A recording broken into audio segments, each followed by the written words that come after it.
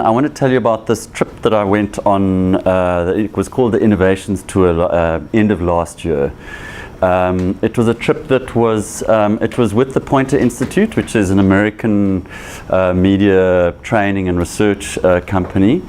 And basically there were 10 of us, and we went. The thing that was unique about the trip was that it was it wasn't a conference, so we actually went into newsrooms, we saw media businesses, we spoke to not just kind of the show ponies but also the people who actually do the work, and which was very interesting. So we got quite a range of different inputs on the trip. There are three things that I want to talk about. The one is the lessons from the tour about the media as a business, and for journalism, what it means for journalism. And then finishing off with lessons about people. So the first thing was, the trip was in November last year. It was just after Trump's election, literally 2 days after his election. And the context of the trip was that the US media had just had its worst quarter in print advertising revenue since 2008. And this guy, you can hardly see him, but Edward Russell, who's the Chief Innovation Officer at the Wall Street Journal, his thing was the advertising model is broken. The advertising didn't come back in 2008, and it's not coming back this time. We're all looking at a business where advertising is going to pay for less. So we know this. But quite a lot of it was what was interesting was the clarity with which these people were thinking about it, putting it in very simple terms. This is like an unfussy version, and then from within this context, it was how are these various media businesses responding to this?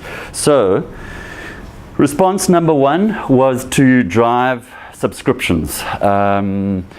And membership. We kept on hearing this expressed in a similar way, which was the audience and not the advertiser will carry the burden of the business model. Which we know as well, but it's I think just put very clearly and succinctly from these guys. So when you look at the big three that we saw, New York Times is 50% digital revenues coming from subscriptions, and we know. So New York Times is a very established tradition already of digital subscriptions, which they've really done from the start extremely well. And the Wall Street Journal has 1 million print subscribers and 1 million digital subscribers.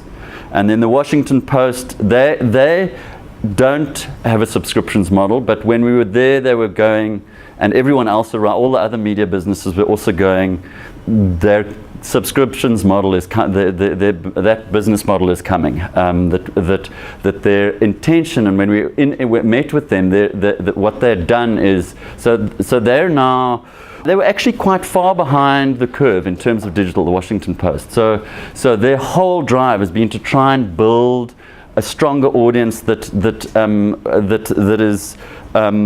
develops an appetite. They called it developing an appetite for our particular content. Such an appetite that they will subscribe and want to pay for it.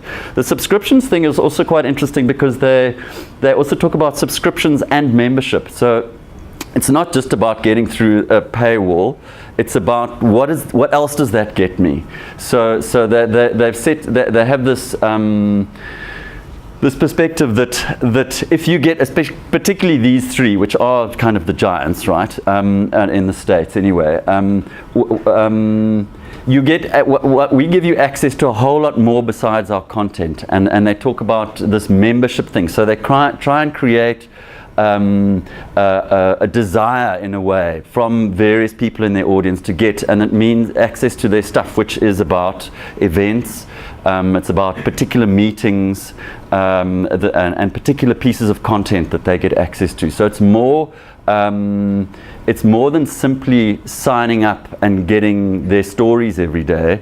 It's a bunch of other stuff, and they try and create the sense that this is you're part of an elite group that has access, has this kind of in-house membership feel to it. So subscriptions and membership was quite an interesting way that they talked about it. What's